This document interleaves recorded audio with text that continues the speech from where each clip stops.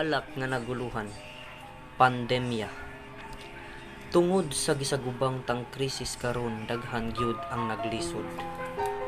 Halos tanan huyang lakip ang tibuok lungsod.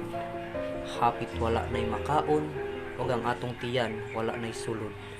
Kung inani tanan magsunod-sunod, pangagpas na ko kitang tanan dili makasugakod. Ang vaksin sunod tuig pa, hay pagkasanaw gayud. Diyos ko Lord, ihangad ko na lang sa labaw makagagahom, kay siya ray nakahibaw sa tinuod.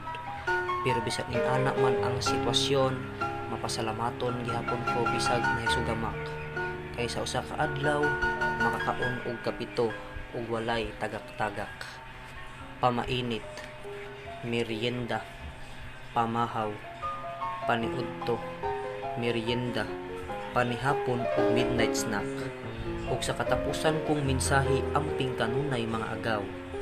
Kanunayan ninyo ang pagpanglimpyo ug ang pagpanghinaw para dili makasulod ang tagaw sa inyong isikataw.